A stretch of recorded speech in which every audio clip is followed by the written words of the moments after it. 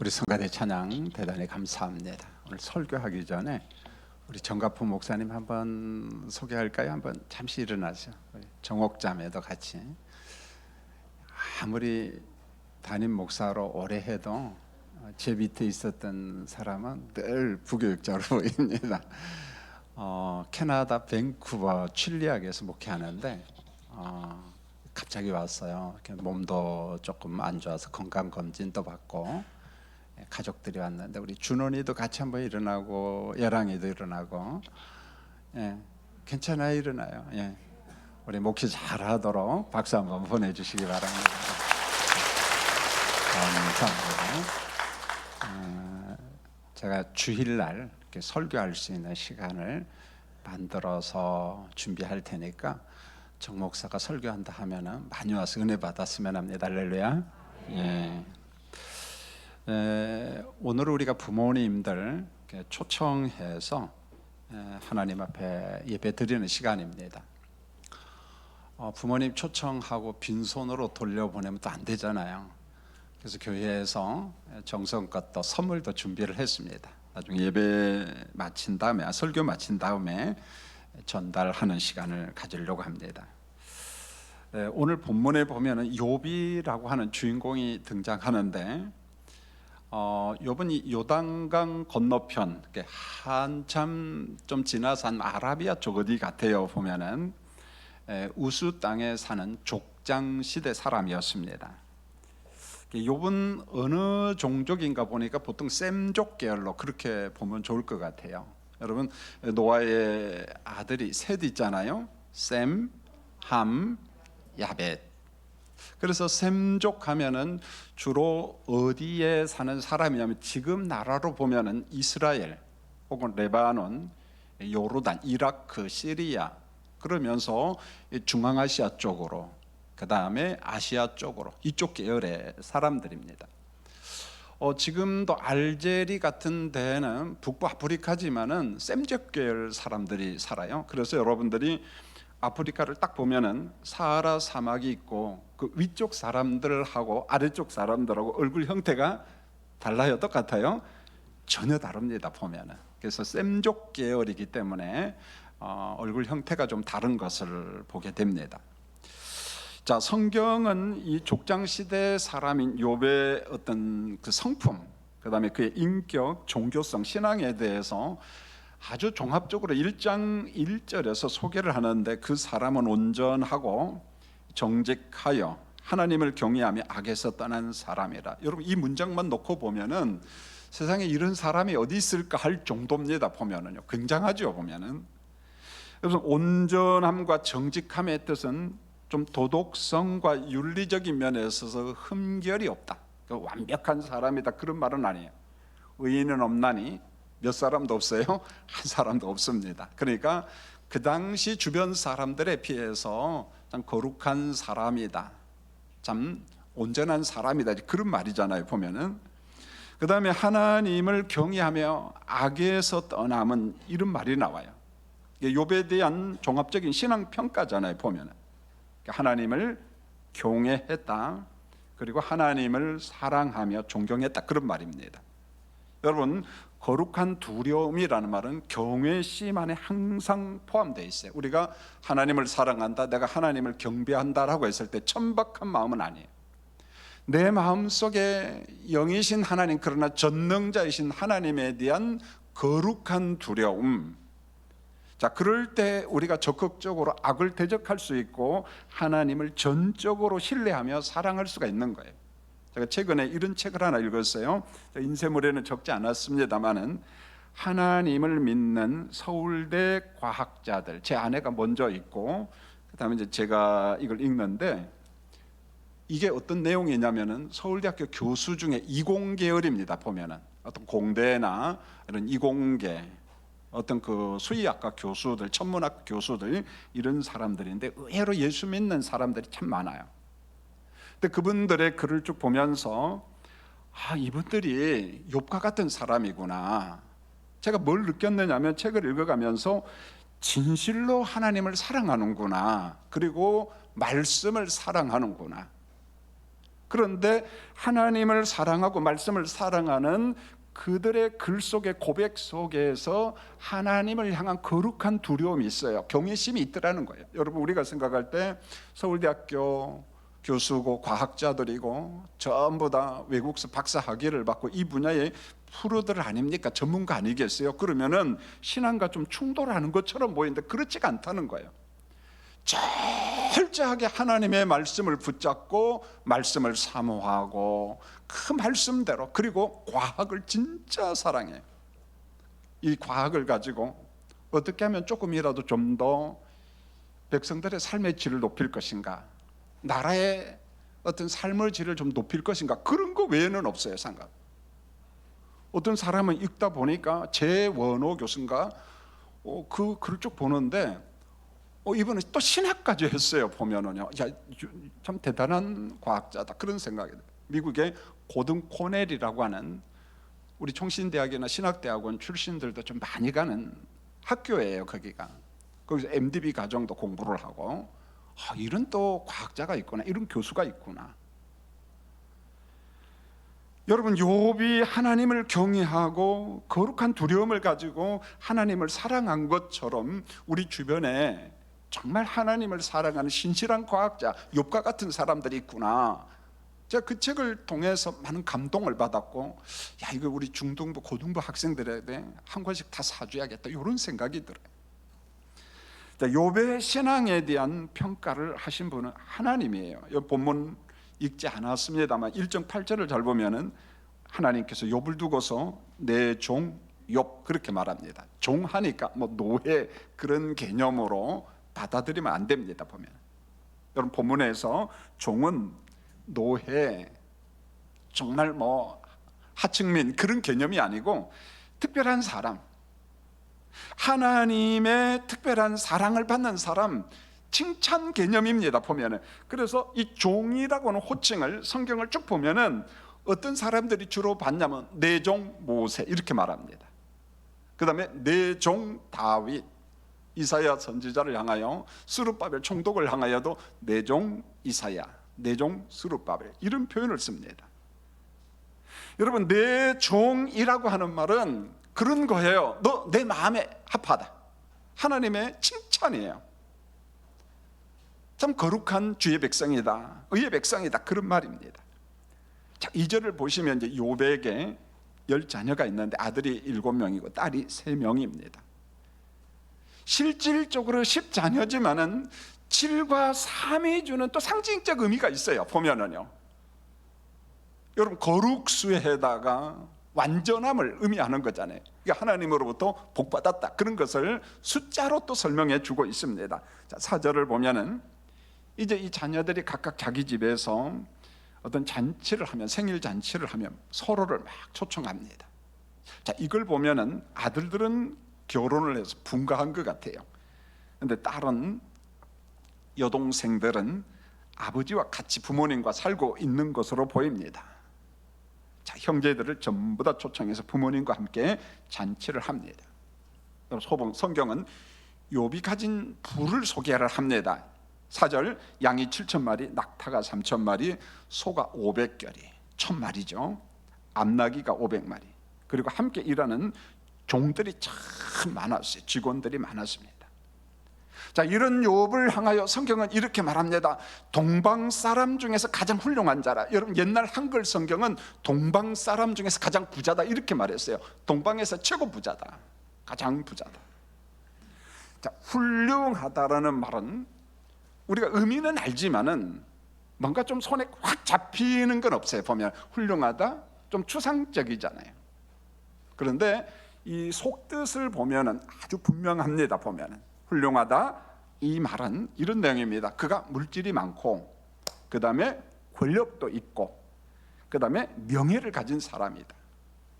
그래서 욥기 말씀을 보면은 욥이 길을 딱 지나가면은요, 나이와 상관없이 사람들이 길거리에서 놀다가 다 일어납니다. 보면 욥이시여 왔습니까? 왜요? 인품이 대단했어요. 병들고 가난하고 어렵게 사는 사람 전부 다 섬겼습니다. 전부 다 섬겼어요. 대단한 인격의 소유자였어요. 여러분, 우리는 이런 말을 합니다. 자, 부자인데 인격까지 좋다, 또 신앙도 좋다, 여기다 한 가지 더 첨가시키면 공부도 잘한다 하면 야, 대단한 사람 그러잖아요.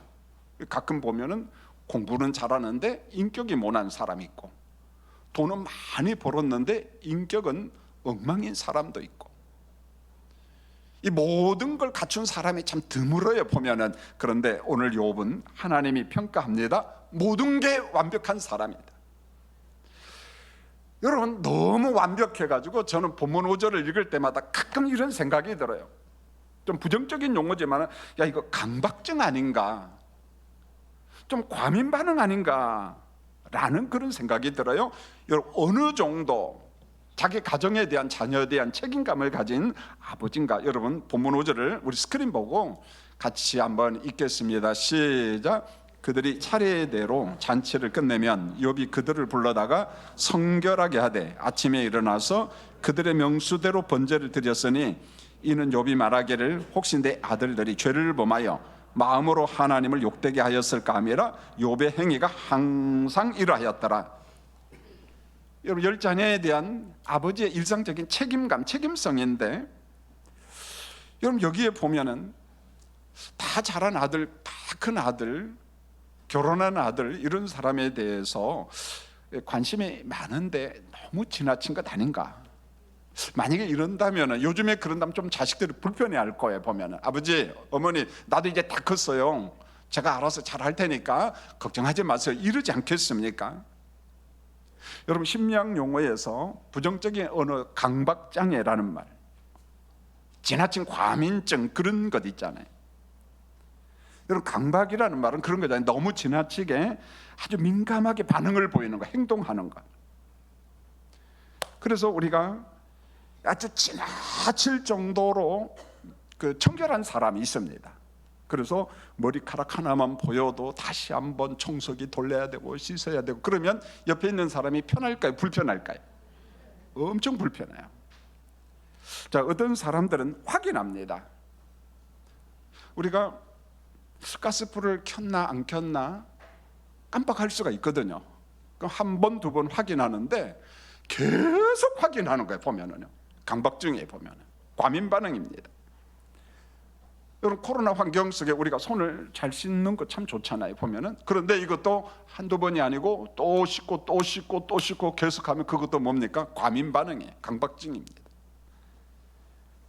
어떤 사람은요, 자꾸 쌓아두는 사람이 있어요. 여러분이 그렇다는 거 아니에요, 제가 몰라요. 누구 고자질하는 사람도 없고. 그래서 가끔 가다가 어머니하고 딸들하고 싸워요. 며느리하고는 잘 안 싸워요. 왜냐하면 시험 드니까.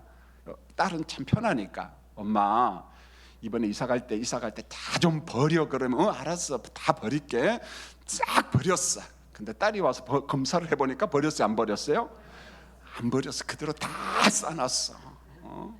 이건 뭐 안 써서 못 버리고 뭐 해서 못 버리고, 엄마 언제 버려, 제발 좀 버리면 알았어, 이번에는 다 버릴게. 가서 보면 또 싸놨어요. 보면은요, 뭡니까? 이것도 강박증이에요. 보면은요, 강박증입니다.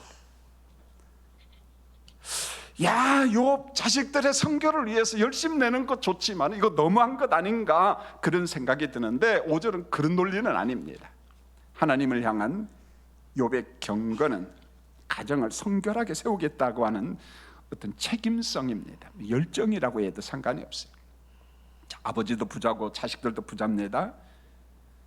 자, 아버지 욥의 관심은요, 물질의 부를 뛰어넘습니다. 만약에 그 다음 이야기를 하나면, 목사님 부자니까 그런 거 아니겠습니까? 나도 부자면 얼마든지 그럴 수 있어요 라고 말할 수 있겠죠. 그런데 욥은 이 기록 이후에 보면은 엄청난 재난 가운데 있잖아요.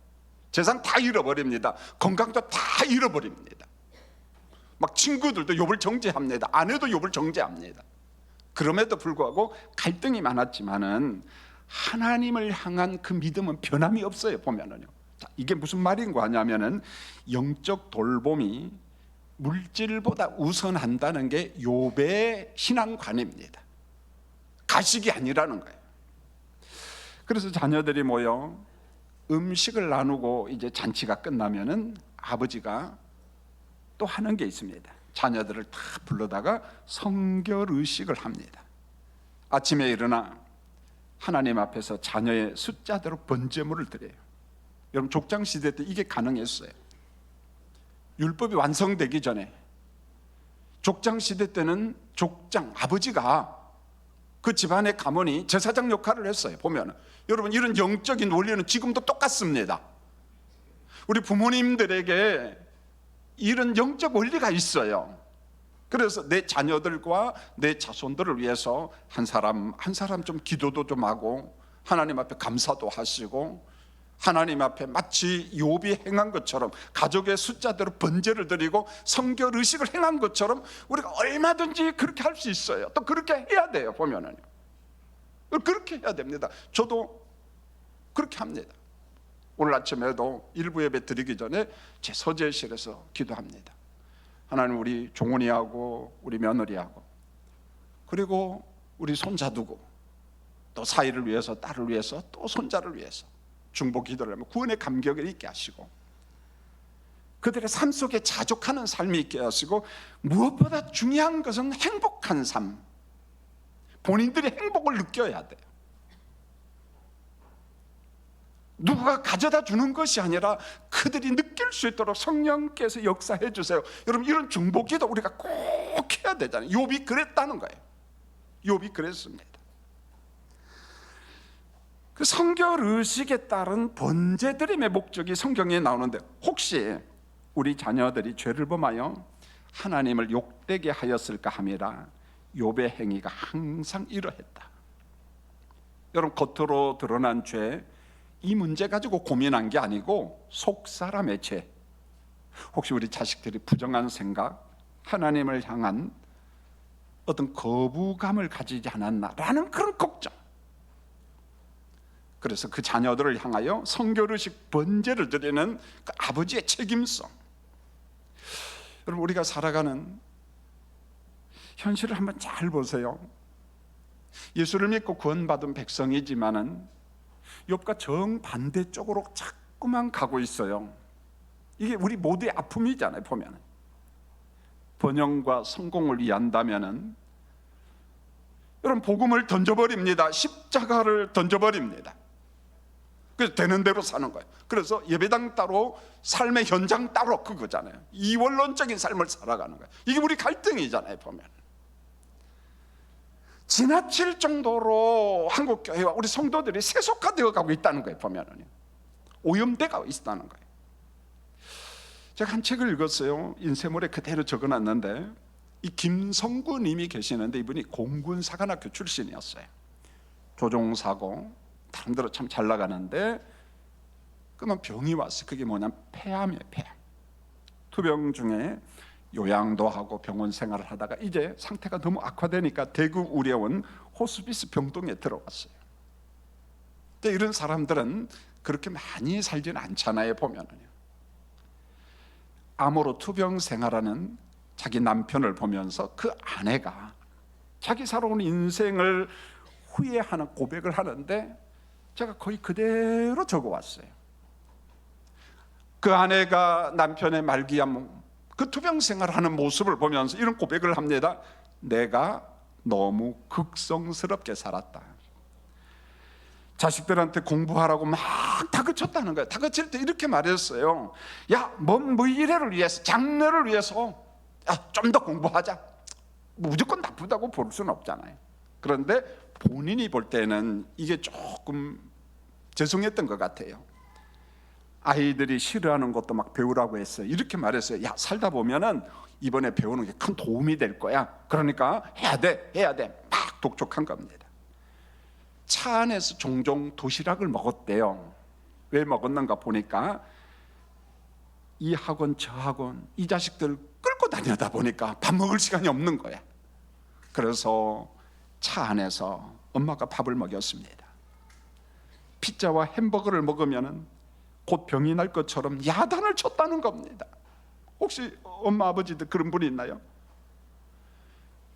마치 피자를 먹고 햄버거를 먹으면은 라면을 끓여 먹으면은 병이 들어서 내일 죽을 것처럼 막 호들갑 떠는 부모님들이 있습니다. 물론 그게 건강에 좋다는 말은 아니지만은 그럴 필요는 없어요. 보면은요, 내일 좀 편하자고 오늘 너무 피곤하게 굴었다는 거예요. 자식들을 모든 초점은 내일이야. 내일 없을지도 모르는 내일을 위하여. 이게 자기 남편을 보면서 공군사관학교를 졸업하고 비행기 조종사로 잘 나가는 남편이 암으로 내일을 보장할 수 없을 만큼의 환경에 처하면서 없을지도 모르는 내일을 위해서 내가 왜 이렇게 살았지? 그럴 필요가 없었는데 그러면서 눈물을 흘리고 막 후회를 하는 거예요. 이 김성구님의 아내는 남편의 말기암 앞에서 고통스러워했습니다. 여러분, 저는 이 글을 읽다가 제 모습을 보고 우리의 후회가 이런 것 아닌가라는 생각에, 보이는 것만 내 인생의 전부인 것처럼 막 매달려요. 보면은요, 성공과 번영과 명예를 얻을 수 있다면은 그 귀한 십자가 부활, 그 부활의 복음, 그걸 그냥 헌신짝처럼 버립니다. 아무것도 아닌 것처럼 어느 순간부터 그런 방향으로 흘러가고 있어요. 보면은요, 양보를 해버립니다. 아니, 포기를 해버려요. 보면은 그 결과 자식들은 엉뚱한 길로 가고 있어요. 보면. 그러나 욥은 물질의 부자이지만은 정말 경건한 사람, 거룩함의 부자였습니다. 자, 부모님들께 부탁드립니다. 자녀들이 알아서 다 하겠지, 포기하면 안 돼요. 기도줄을 놓으면 안 됩니다.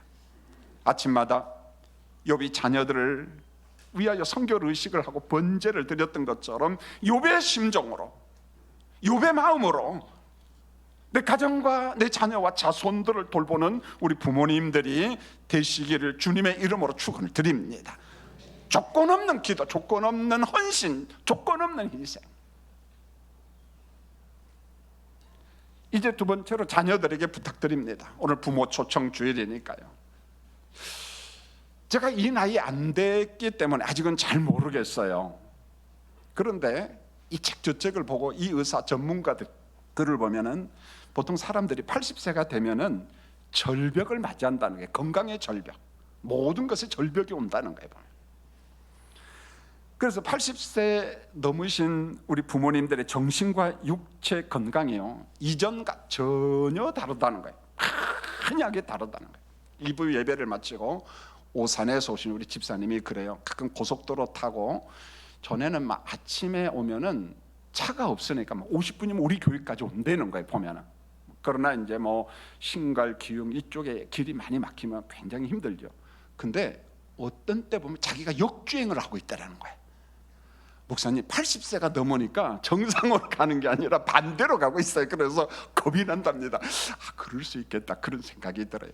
이게 80세의 절벽이라는 거예요. 보면 여러분, 예전에는 우리가 누워서 떡 먹기라는 표현을 하잖아요. 여러분, 누워서 떡 먹는 게 쉬워요, 어려워요?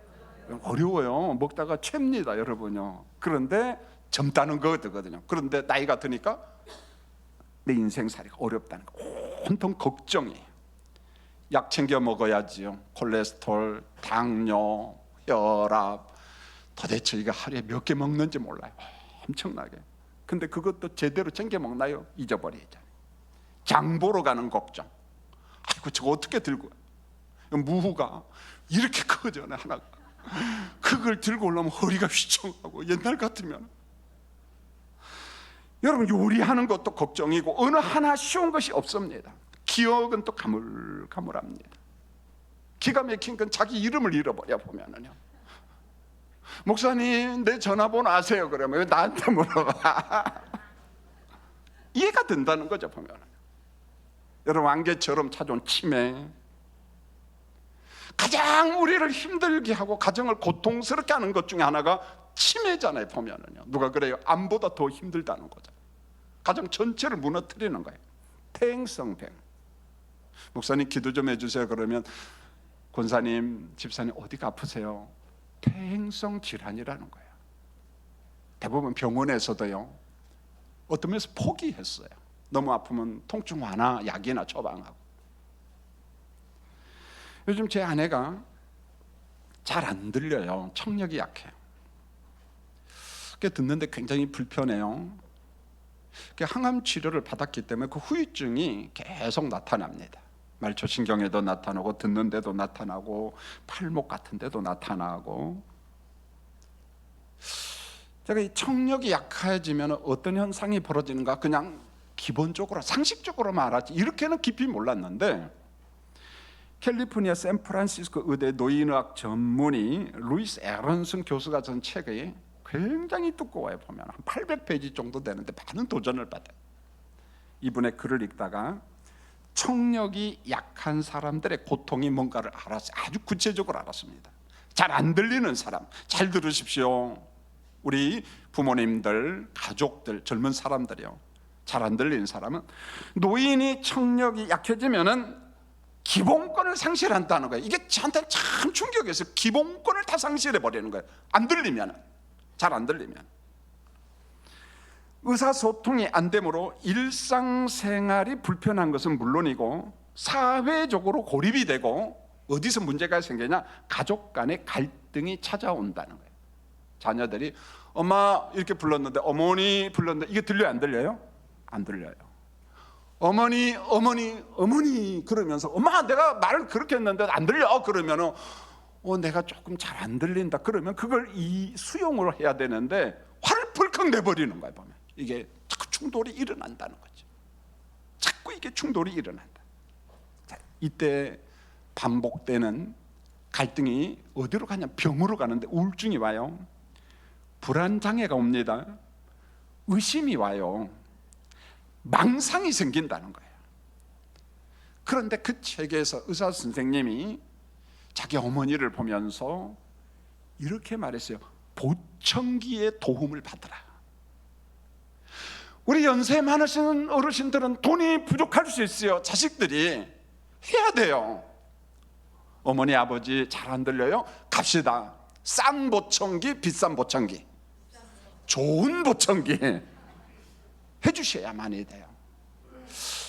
저도 가끔 가도 여보 내가 이야기했는데 못 들었어? 2번, 3번 하면은 조금 짜증을 내려고 그랬는데 이 책을 딱 보고 내가 잘못했구나 회개기도 했습니다. 안 들리는구나. 항암 부작용, 화학 부작용이 이런 거구나. 그러면 한 번 더 이야기, 2번 더 이야기, 3번 더 이야기, 큰 소리로. 그리고 안 되면 싼 보청기, 좋은 보청기, 좋은 보청기를 해줘야 돼요. 할렐루야. 자녀들 전부 다 아멘. 누구한테요? 부모님한테. 이게 80세 절벽 중에 하나가 이것뿐이 아니에요, 여러분요. 여러분, 노인, 특별히 연세 많으신 부모님들은 이 신체 변화와 병 사이에서 갈등하고 있어요. 잘 들어보십시오. 신체 변화와 병. 노인이 되니까 신체 변화가 오는데 그게 병으로도 온다는 거야. 그러니까 이 병을 신체 변화로 봐야 될 것인가, 질병으로 봐야 될 것인가, 의사들도 고통이에요. 고대 로마 극작가인 로렌스의 작품 가운데 연극이 있는데요, 포로미오라고 하는 그 글 가운데 제가 한 대화를 가져왔는데 한번 들어보세요. 데미코라고 하는 사람이 이렇게 말합니다. 어떻게 그렇게 오래 버티고 계신가요? 이 말은 왜 그렇게 오래 사세요? 이런 말이에요.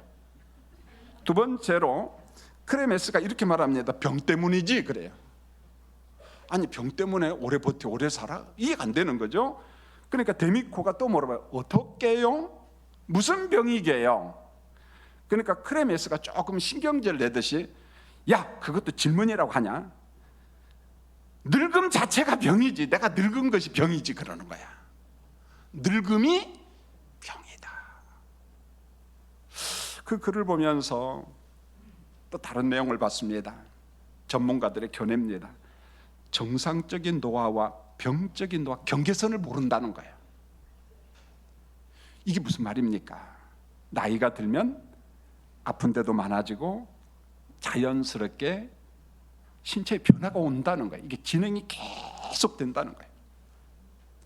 자, 우리 노인 되신 성도님들, 이건 병이야 뭐야? 아니, 5만 가지 병 다 옵니다 보면은요. 그런데 그것을 자꾸만 병 요렇게 보다는 내가 나이가 들었구나, 80이 되었구나, 90이 되었구나, 그러면 신체 변화 속에 병도 있다는 것을 수용하고 그걸 인정해야만이 그 속에서 나름대로 자유함을 누릴 수 있다는 거예요 보면은요.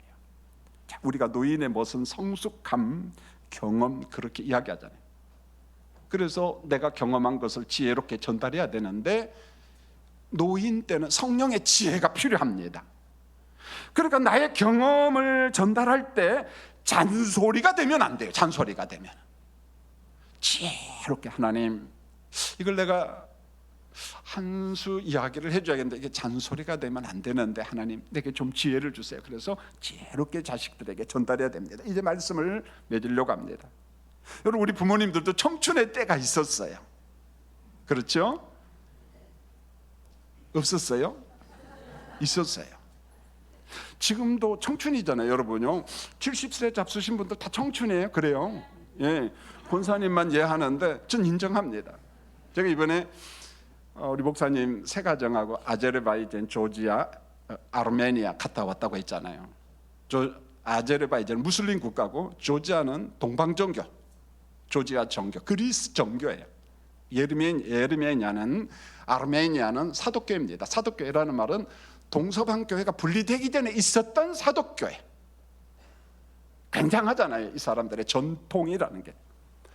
그런데 깜짝 놀랐어요. 운전기사가 와서 나이가 저보다 훨씬 많아 보였어요. 우리 한국 사람들은 보통 사람 만나면 뭘 물어봐요? 이름하고 나이를 물어보잖아요. 아저씨, 드라이브 하는 아저씨한테 나이가 얼마예요? 근데 51살이래. 난 우리 형님인 줄 알았어. 그러니까 옆에 있는 성실교회 목사님이 55년생이니까 69이잖아요. 한참 어리구만 이러면서. 그런데 조지아 가니까 또 운전기사가 왔는데 또 물어봤어요. 56살이래. 그건 막 큰형님 같아. 야, 이거 왜 그러지? 이 나라가 왜 그러지? 그러니까 우리 한국 사람보다도 10년이 아니에요. 15년 빨리 죽는답니다. 그러니까 60살 넘고 70살 되면 거의 죽는데요 보면은요. 그래서 우리 그 선교사님의 바쿠대학의 교수님으로 있는 선교사님이 그래, 목사님 나도 이렇게 늙어가면 어떨지 모르겠어요. 거기 살다 보니까 햇빛이나 어떤 영양소 같은 여러 가지 문제 때문에 굉장히 빨리 늙어가고 굉장히 빨리 죽는다는 거예요 보면은요. 저는 거기에서 나는 66살 청춘이구나 그걸 깨달았어요. 여기 80대신 분들은요 청춘이야 할렐루야.